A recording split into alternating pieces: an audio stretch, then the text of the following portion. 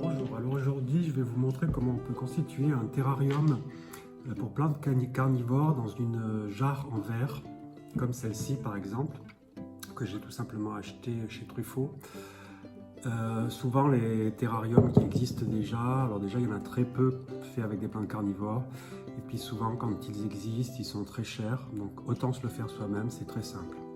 Alors la première chose à savoir, c'est que les plantes carnivores ont besoin d'un sol nutritif très pauvre, puisqu'elles ont développé la capacité de récupérer en fait leurs nutriments, leur énergie, en chassant, en capturant des proies, des insectes, et donc elles ont besoin d'un sol très pauvre. Alors le mieux pour ne pas se tromper, c'est de faire un mélange à 70% de tourbe blonde. Donc là j'ai acheté un tout petit sac de tourbe blonde de 5 litres, et on mélange ça à 30% de perlite. La perlite, c'est un substrat qui permet de retenir l'eau. En fait, la perlite se gorge d'eau et maintient le substrat très humide, ce qui est très important pour les plantes carnivores. Voilà, je vais faire ce mélange directement dans la jarre en verre. Donc, je vais disposer environ 30% de perlite. Ça fait un petit peu de poussière. Avec 70% de tourbe blonde.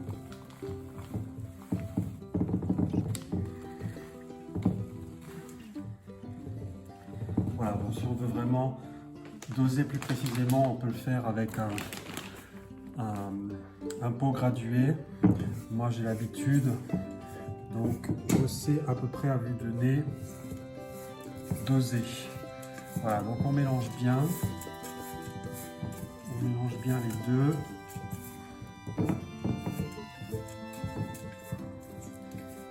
Là, je pense que j'en ai pas mis assez. Je vais faire quelque chose d'un peu plus épais pour que les plantes aient bien leurs racines à l'intérieur. Donc là, je vais rajouter un peu de perlite.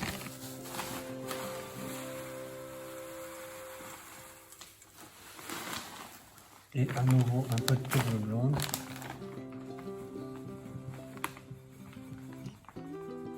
Voilà. Parce qu'après, quand on va mouiller, ça va se tasser.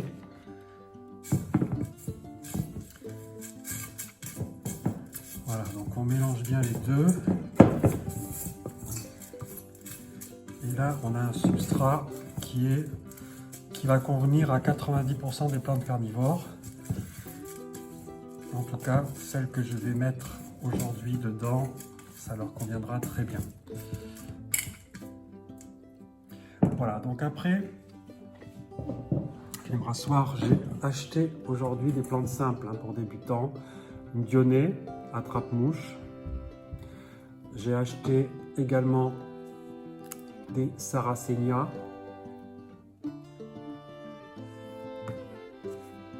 J'ai acheté une Pinguicula Tina, voilà, qui a des petites fleurs. Et puis j'ai acheté un Nepenthes Bloody Mary. Ça c'est un petit peu plus difficile à cultiver, mais on va quand même essayer de le mettre dans la verrine. Après j'ai acheté un gros Sarracenia purpurea, donc avec les iones qui sont pleines de liquide. Mais celui-ci, il est trop gros pour que je le mette dans cette jarre, donc je vais le cultiver à part, celui-ci. Ce qu'il faut savoir aussi, c'est que les plantes carnivores, on doit les arroser avec une eau de pluie de préférence. Donc moi, j'ai la chance d'avoir 2000 litres de réservoir d'eau de pluie dans mon jardin. Donc j'en profite, c'est la meilleure eau pour arroser les plantes carnivores. Surtout pas d'eau du robinet trop calcaire ou d'eau avec de l'engrais qu'elle ne supporterait pas. On peut également utiliser, si on n'a pas d'eau de pluie, de l'eau déminéralisée ou une eau minérale très pauvre en sels minéraux, comme la Volvic par exemple. Voilà, donc je préhydrate le sol. Donc j'invite bien la tourbe avant de commencer à planter. Voilà, donc là je pense que j'en ai mis assez.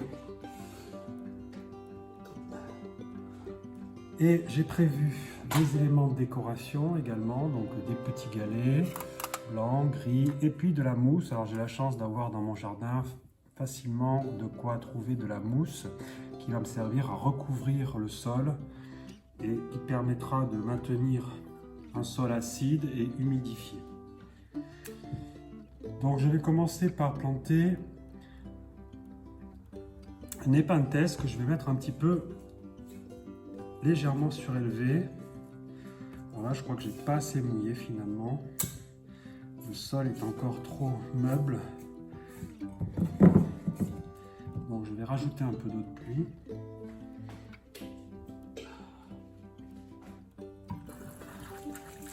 Pas hésiter à bien humidifier, hein. Le sol doit vraiment être détrempé. C'est des plantes qui ont besoin de beaucoup d'eau.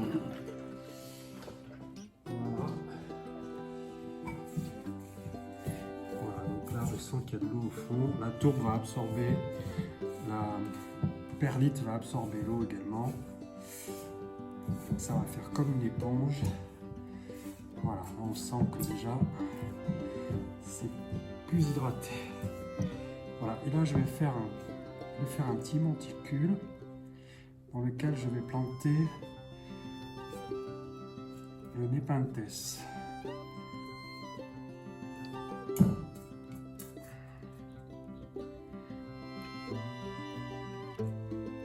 Alors, on va le dépoter délicatement en pressant légèrement autour du pot sans abîmer la plante.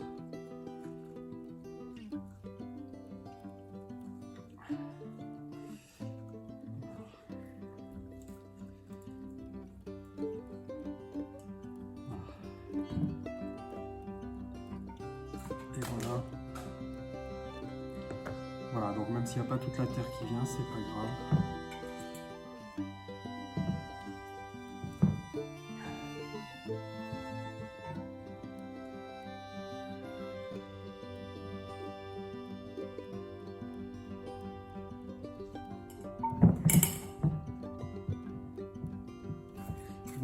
Je voudrais le mettre légèrement surélevé par rapport aux autres plantes.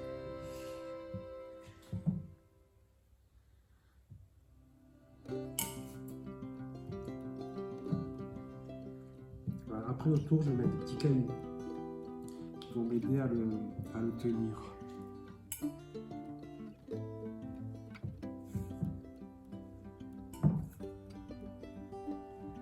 Voilà, je mets des petits cailloux blancs.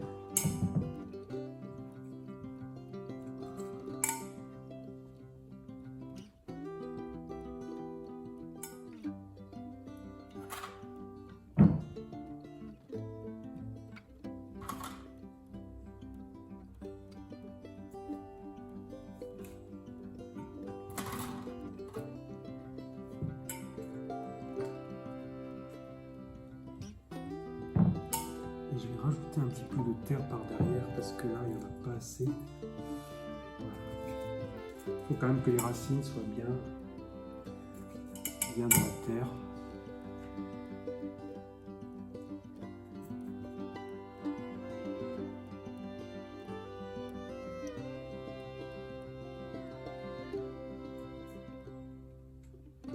Voilà. C'est pas mal. Alors on fait attention à ne pas abîmer les urnes.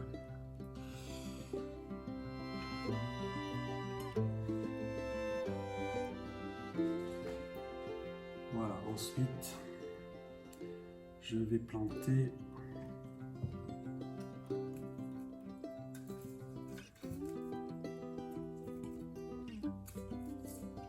on tasse un petit peu la terre autour.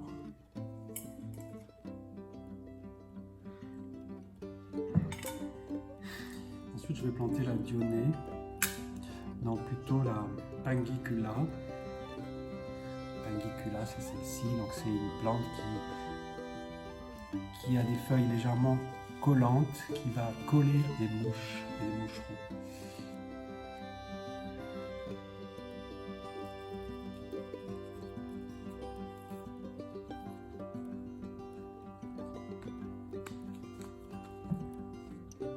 Hop.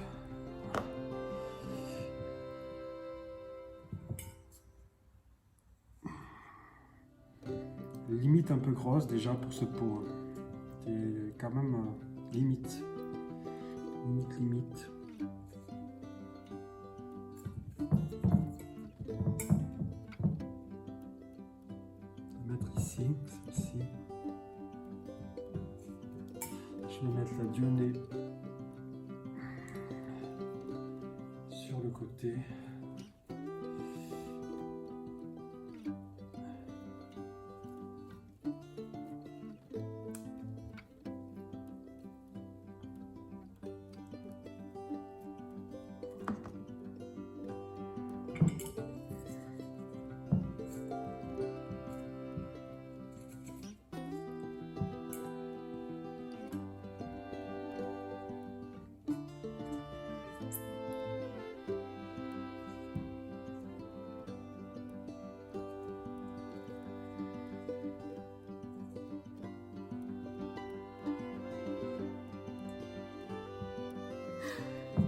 Et puis je vais mettre la Sarracenia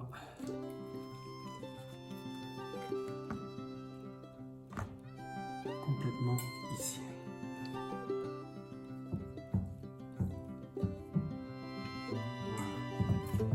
On tasse toujours bien la terre autour. Elles sont un peu serrées quand même. Je pense que j'en ai mis un peu trop. Mais bon, on va voir ce que ça donne.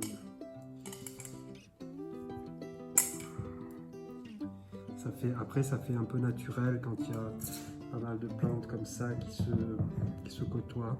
C'est ça que j'aime bien. J'aime pas quand elles sont trop isolées. J'aime bien quand c'est déjà une petite forêt de plantes carnivores. Voilà. J'ai serré. Voilà. Ensuite, je vais mouiller pour nettoyer tout ça. Et je n'ai même pas beaucoup de place pour mettre la mousse finalement. Là, j'avais prévu aussi un galet pour sorte de décor. Je vais la mettre ici. Je vais mettre ici. Voilà. On peut mettre aussi des bouts de bois.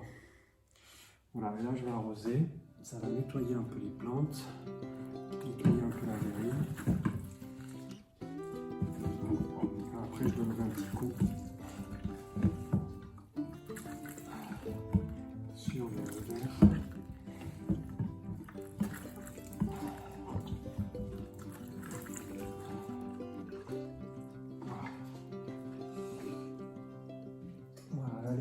Propre. On voit qu'il n'y a pas trop d'eau parce que la tourbe n'est pas, je ne sais pas si vous voyez, mais la tourbe n'est pas complètement humidifiée, donc je peux même encore rajouter de l'eau sans problème. C'est ce que je vais faire d'ailleurs, parce qu'il faut absolument que la tourbe soit très bien humidifiée. Alors là, il y a des plantes qui sont un peu en train de...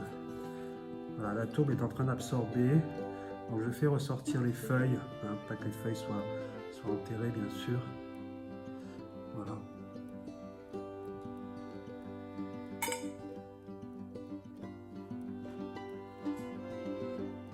Voilà, donc là je vais laisser absorber, après je rajouterai peut-être encore un peu d'eau. Voilà, donc pour l'instant on va laisser la tourbe bien absorber l'eau que j'ai mis, parce que ce qui se passe c'est que tant que la tourbe n'a pas absorbé l'eau, le sol reste très meuble. D'ailleurs les galets se sont un petit peu enfoncés, donc il faudra que je les ressorte après, dès que la tourbe aura bien absorbé toute l'eau. Voilà, donc on va laisser comme ça pendant quelques heures et ensuite je pourrai peaufiner le décor et vous montrer le résultat final. Voilà, j'ai laissé bien imbiber la tourbe. Maintenant, je vais pouvoir disposer autour la mousse que j'ai prélevée dans mon jardin. C'est la mousse de Sphaigne que je vais pouvoir disposer tout autour au maximum pour maintenir une bonne humidité et une bonne acidité du milieu.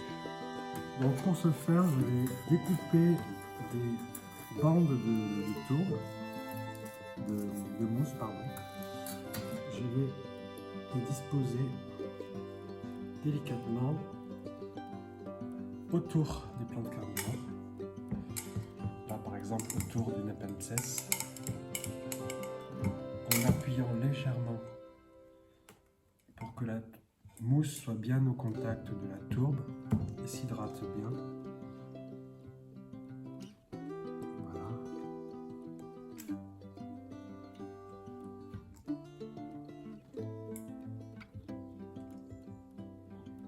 en prenant soin de bien remonter bien sûr les feuilles des plantes carnivores par-dessus la tourbe.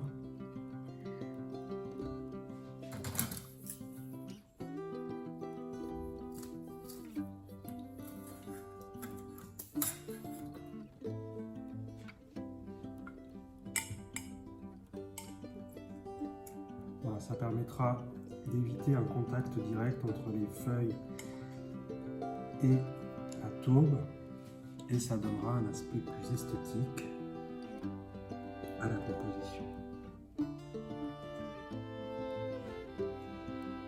Voilà, maintenant avec une petite brosse, je vais nettoyer légèrement les feuilles sur lesquelles il y a de la terre, les petits galets aussi qui sont salis par la terre. On fait ça délicatement.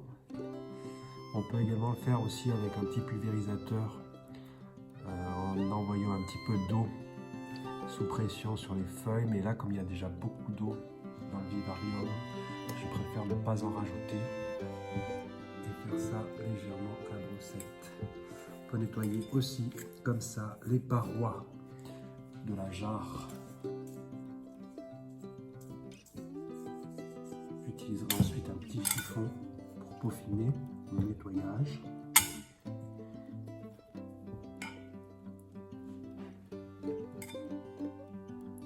On évite de trop toucher les dionéas pour éviter qu'elles se ferment parce qu'elles s'épuisent en énergie et elles ont un nombre de fermetures, d'ouvertures, fermetures assez limité dans le temps.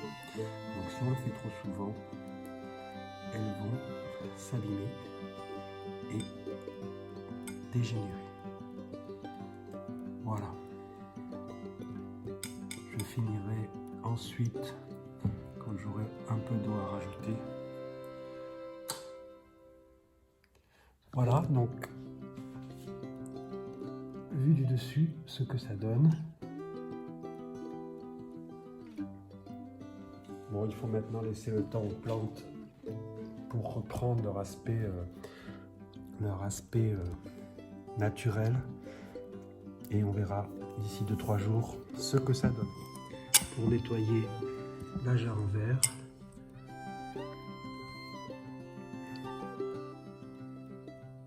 et on va laisser les plantes prendre leur forme pendant 2-3 jours avant de voir le résultat final et éventuellement d'ajuster un petit peu les choses en rajoutant des graviers, des petits galets. Pas à mettre la jarre en plein soleil.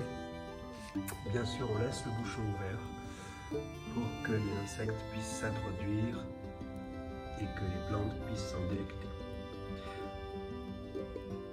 Voilà, j'espère que cette vidéo vous aura été utile et à très bientôt pour une prochaine vidéo.